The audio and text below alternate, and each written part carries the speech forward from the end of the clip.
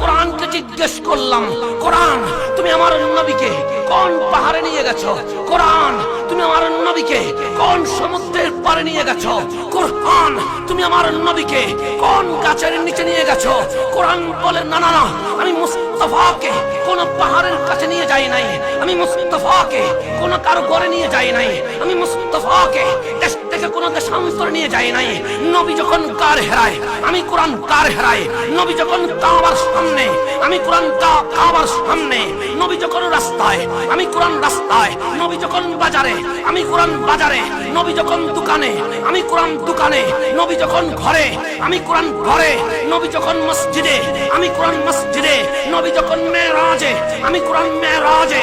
নবী যখন দুনিয়ায় আমি কোরআন দুনিয়ায়। নবী যখন মক্কায় আমার নাম মক্কিয়া। নবী যখন মদিনায় আমার নাম মদনিয়া। এই কারণে আমি দুই প্রকার, আমি নবীর সামনে হাঁটি নাই, আমি নবীর কদমে কদমে হেঁটে